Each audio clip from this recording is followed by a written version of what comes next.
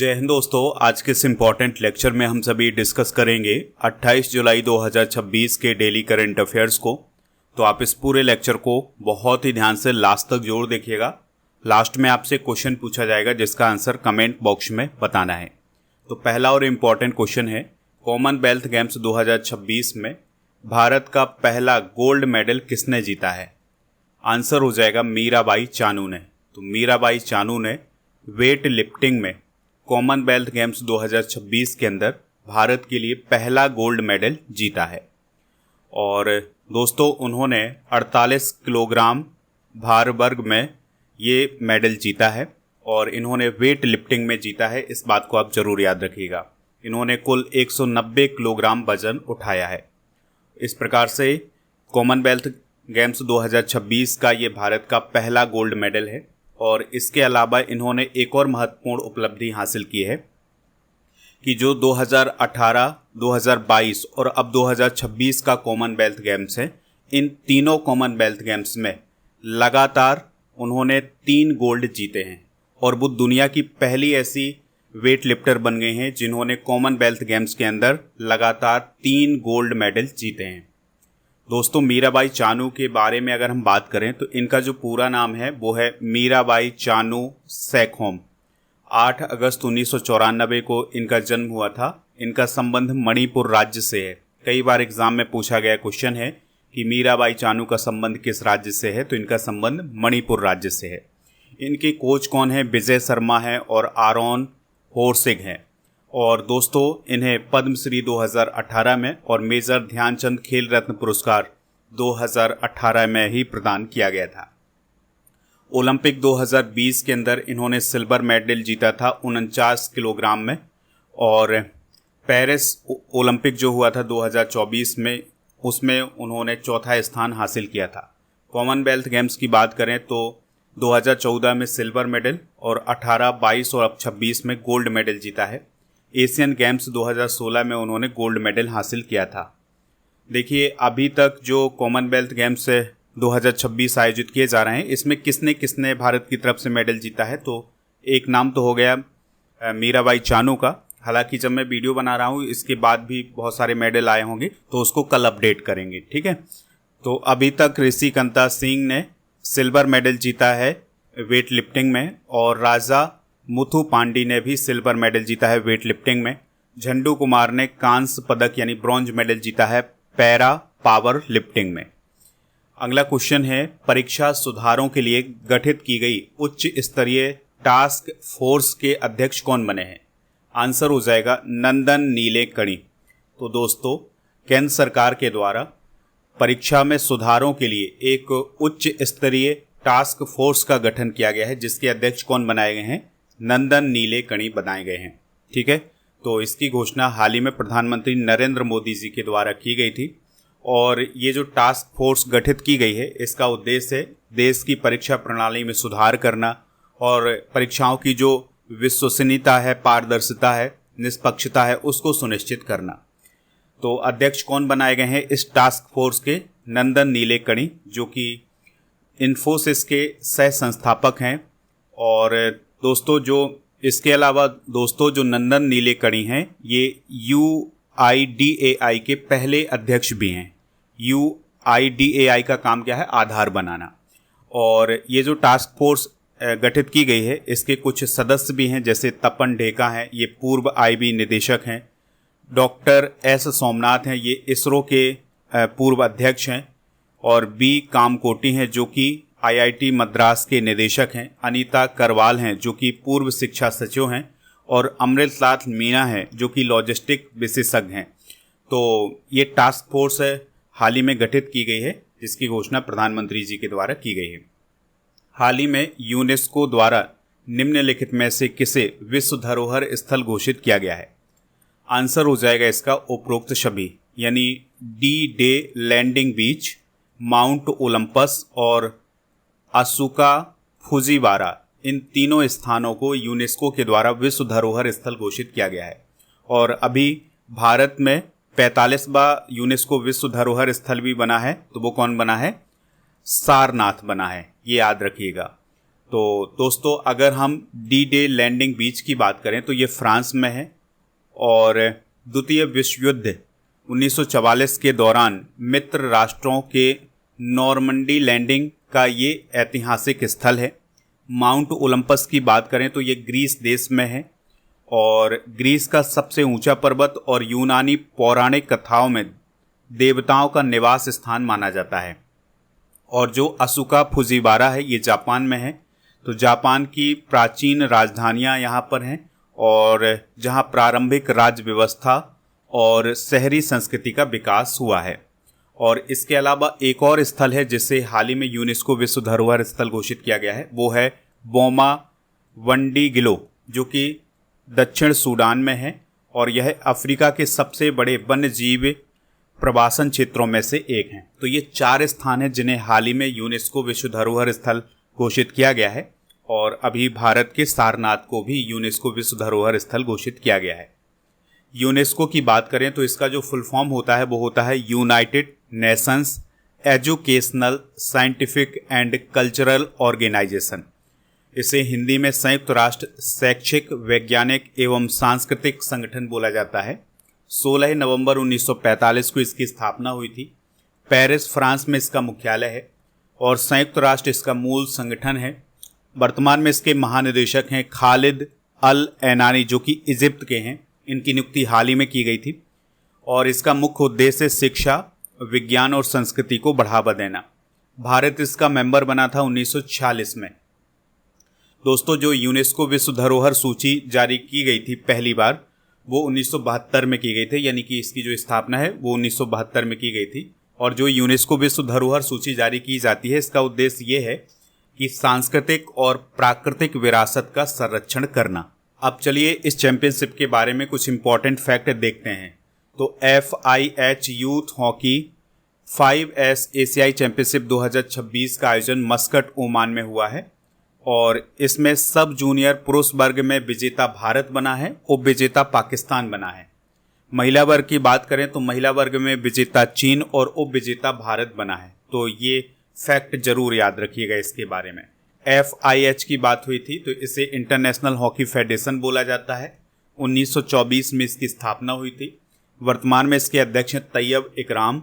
Lausanne Switzerland में इसका मुख्यालय है। इसका काम है विश्व में हॉकी खेल का संचालन करना और हॉकी का डेवलपमेंट करना। ठीक है, अगले क्वेश्चन की तरफ बढ़ते हैं। हाल ही में अंतर्राष्ट्रीय आपराधिक न्यायालय, जिसे ICC बोला जाता है या इंटरनेशनल क्रिमिनल कोर्ट बोला जाता है, के मुख्य अभियोजक पद से किसे हटाया गया है? तो हाल ही में करीम खान को हटाया गया है। तो दोस्तों अंतर्राष्ट्रीय आपराधिक न्यायालय यानी ICC के जो मुख्य अभियोजक थे करीम खान, उनको पद से हटाया गया है। अब ये हटाया क्यों गया है? क्योंकि उन पर हाल ही में कदाचार और यौन दुर्व्यवहार के आरोप लगे थे। हालांकि उन्होंने इसको डिनाई किया है, लेकिन उन्हें ICC के मुख्य अभियोजक के पद से हटा दिया गया है। करीम खान के पास ब्रिटिश नागरिकता राष्ट्रीयता थी और ये वकील थे और ये 2021 में ICC में अभियोजक बने थे। इनका कार्यकाल 9 साल का था। दोस्तों बात करते हैं अंतर्राष्ट्रीय आपराधिक न्यायालय की। तो इसकी स्थापना होती है 1 जुलाई 2002 को और इसका जो हेडक्वार्टर है वो हैग, नीदरलैंड में है। और भारत जो है ICC का मेंबर नहीं है, यानी अंतर्राष्ट्रीय आपराधिक न्यायालय का मेंबर नहीं है। जो ICC है इसका मुख्य काम क्या होता है? तो इसका मुख्य काम होता है नरसंहार, मानवता के विरुद्ध अपराध, युद्ध अपराध तथा आक्रमण के अपराध की सुनवाई करना। यानी कि कहीं पर नरसंहार होता है, मानवता के खिलाफ अपराध होता है, तो ऐसी स्थिति में अपराधों की सुनवाई करने का काम कौन करता है? अंतर्राष्ट्रीय आपराधिक न्यायालय। लेकिन इसमें आपको एक बात जरूर याद रखनी है कि भारत इसका मेंबर नहीं है। अगले क्वेश्चन की तरफ बढ़ते हैं। अगला क्वेश्चन है, सरकार के अनुसार 2014 से लेकर के 2023 के बीच कितने संविधान संशोधन किए गए हैं? आंसर हो जाएगा 8। तो हाल ही में दोस्तों सरकार के द्वारा ये जानकारी दी गई है कि 2014 से लेकर के 2023 तक, यानी कि अभी 26 तक की बात कर लेते हैं, तो 12 वर्षों में संविधान में 8 संशोधन किए गए हैं सरकार के द्वारा। ठीक है, यानी जो मोदी गवर्नमेंट है उसने 12 वर्षों में 8 संविधान संशोधन किए हैं। तो पहला जो इनका संविधान संशोधन था वो 2014 में हुआ था, जो कि 99वां संविधान संशोधन था। इसमें क्या किया गया था कि जो कॉलेजियम प्रणाली है उसके स्थान पर राष्ट्रीय न्यायिक नियुक्ति आयोग बनाया गया था, जिसको बाद में सुप्रीम कोर्ट ने असंवैधानिक घोषित किया था। 100वां संविधान संशोधन 2015 में हुआ था और ये भारत बांग्लादेश भूमि सीमा समझौते के क्रियान्वयन से संबंधित था। 101वां संविधान संशोधन 2016 में हुआ था। ये जीएसटी लागू करने को संवैधानिक आधार प्रदान करता है। 102वां संविधान संशोधन 2018 में हुआ था। इसमें राष्ट्रीय पिछड़ा वर्ग आयोग को संवैधानिक दर्जा दिया गया था। काफ़ी इंपॉर्टेंट है ये, इसको आप नोट कर लीजिएगा। और जीएसटी वाला भी एग्जाम में पूछा जाता है। जीएसटी 2017 में लागू हुई थी, लेकिन इसके लिए जो संविधान संशोधन आया था वो 2016 में आया था।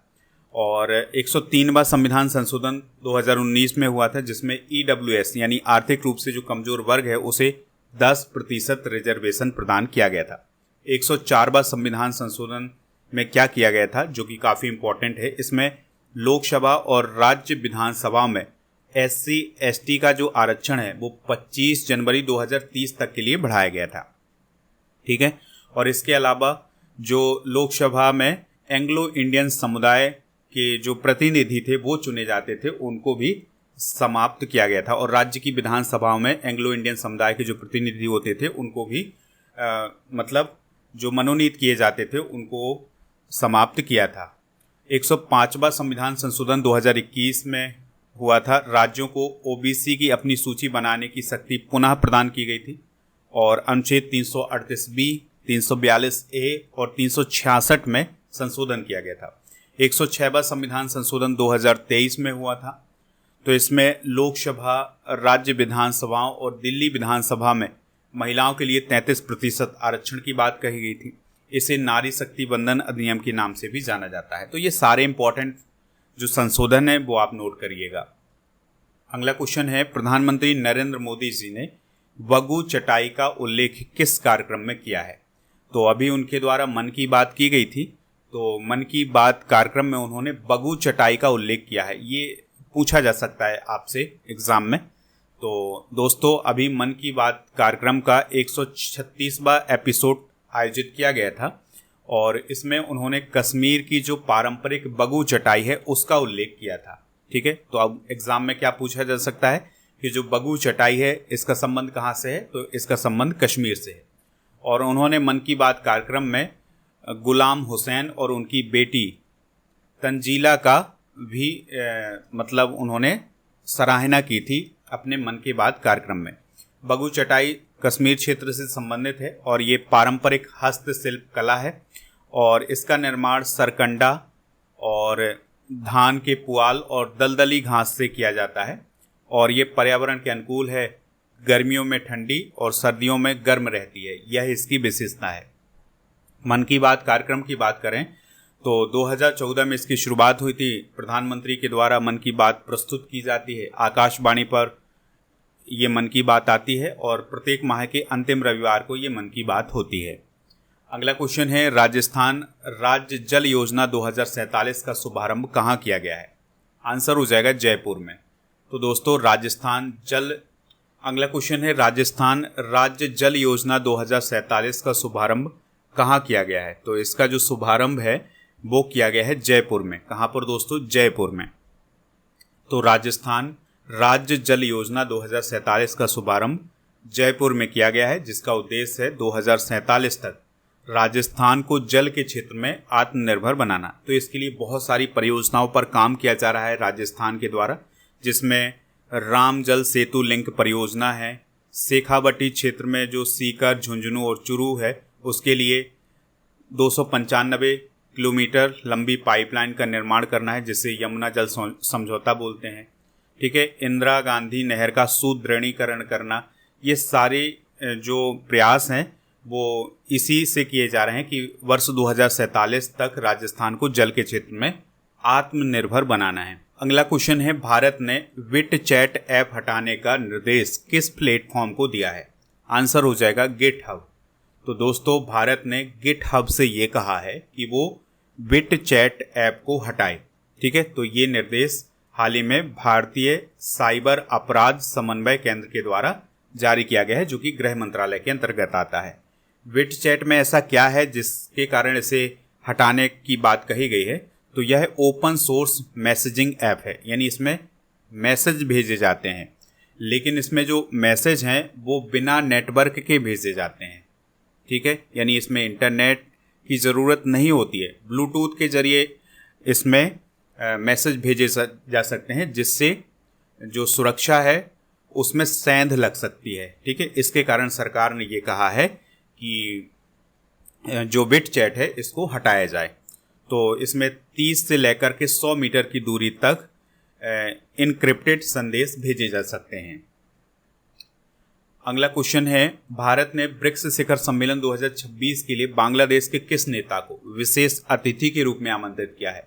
तो वहाँ के जो पीएम हैं तारिक रहमान, उनको विशेष अतिथि के रूप में आमंत्रित किया है। तो सितंबर में जो भारत में ब्रिक्स शिखर सम्मेलन आयोजित होने जा रहा है उसमें बांग्लादेश के पीएम भी आमंत्रित किए गए हैं विशेष अतिथि के रूप में। ब्रिक्स शिखर सम्मेलन 2026 का आयोजन 12 से 13 सितंबर 2026 तक होगा। नई दिल्ली में इसका आयोजन होगा और इसकी जो थीम है वो है लचीलापन, नवाचार, सहयोग और स्थिरता के लिए निर्माण। तो ये थीम आप जरूर नोट करिएगा। तो ये थे आज के करंट अफेयर्स के क्वेश्चन। आप स्टडी करके ऐप को इंस्टॉल कर लें, प्रीमियम कोर्स वाले ऑप्शन पर जाएं, लुसेंट का कोर्स आप यहाँ से प्राप्त कर सकते हैं। और प्रीमियम कोर्स वाले ऑप्शन पर अर्जुन जीएस फाउंडेशन बैच भी मिल सकता है। प्रीमियम कोर्स वाले ऑप्शन पर आपको बहुत सारे कॉम्बो पैक भी मिल जाएंगे, इनको भी जा करके ज्वाइन कर लीजिएगा। टेस्ट सीरीज वाले ऑप्शन पर बहुत सारी टेस्ट सीरीज मिल जाएगी। ई बुक वाले सेक्शन पर आपको monthly current affairs, yearly current affairs, इन सभी की ई बुक भी मिल जाएगी। चलिए कल के करंट अफेयर्स को एक बार रिवाइज करते हैं। भारत का 45वां यूनेस्को विश्व धरोहर स्थल कौन बना है? सारनाथ। विश्व जूनियर स्क्वैश चैंपियनशिप जीतने वाली पहली भारतीय कौन बनी है? अनाहत सिंह। अच्छा दोस्तों, आपसे एक क्वेश्चन पूछा जा सकता है यहाँ पर कि जो अनाहत सिंह हैं उनका संबंध किस खेल से है? तो उनका संबंध स्क्वैश से है। इस बात को भी नोट करिएगा। भारत के नए शिक्षा मंत्री कौन बने हैं? प्रहलाद जोशी। पहले कौन थे? धर्मेंद्र प्रधान। फिडे के अंतरिम अध्यक्ष कौन बने हैं? विश्वनाथन आनंद। विश्वनाथन आनंद भारत के पहले शतरंज ग्रैंड मास्टर भी हैं। भारत का पहला क्वांटम फाइनेंस हब कहाँ स्थापित किया जाएगा? अमरावती क्वांटम वैली, आंध्र प्रदेश में। हाल ही में राष्ट्रपति द्रौपदी मुर्मू जी को किस विश्वविद्यालय ने मानद डॉक्टरेट की उपाधि से सम्मानित किया है? तो बुखारेस्ट यूनिवर्सिटी। पेपर लीक संशोधन विधेयक 2026 के अनुसार पेपर लीक करने वालों के लिए कितनी सजा का प्रावधान किया गया है? 5 से 10 वर्ष। हाल ही में बांग्लादेश के राष्ट्रपति पद से किसने इस्तीफा दिया है? मोहम्मद शहाबुद्दीन। और कॉमनवेल्थ गेम्स 2026 में भारत के लिए पहला मेडल किसने जीता था? झंडू कुमार ने। और भारत औद्योगिक विकास योजना रसायन या भव्य रसायन योजना का मुख्य उद्देश्य क्या है? तो 3 समर्पित रासायनिक पार्क स्थापित करना। दोस्तों, कल के करंट अफेयर्स में आपसे जो क्वेश्चन पूछा गया था उसका आंसर था सारनाथ। तो लगभग सभी लोगों ने इसका आंसर सारनाथ बताया हुआ है। आज आपके लिए क्वेश्चन है, कॉमनवेल्थ गेम्स 2026 में भारत के लिए पहला गोल्ड मेडल किसने जीता है? जो भी इसका राइट आंसर हो कमेंट बॉक्स में हमें ज़रूर बताइएगा। और आप ये भी बताइएगा कि कॉमनवेल्थ गेम्स 2026 का आयोजन कहाँ पर किया जा रहा है, 2030 में इसका आयोजन कहाँ पर होगा, 2022 में इसका आयोजन कहाँ पर हुआ था। ये सारी जानकारी आप हमें कमेंट बॉक्स में ज़रूर बताइएगा। और दोस्तों, टेलीग्राम चैनल को ज्वाइन कर ले जिसका नाम स्टडी कर ऑफिशियल है।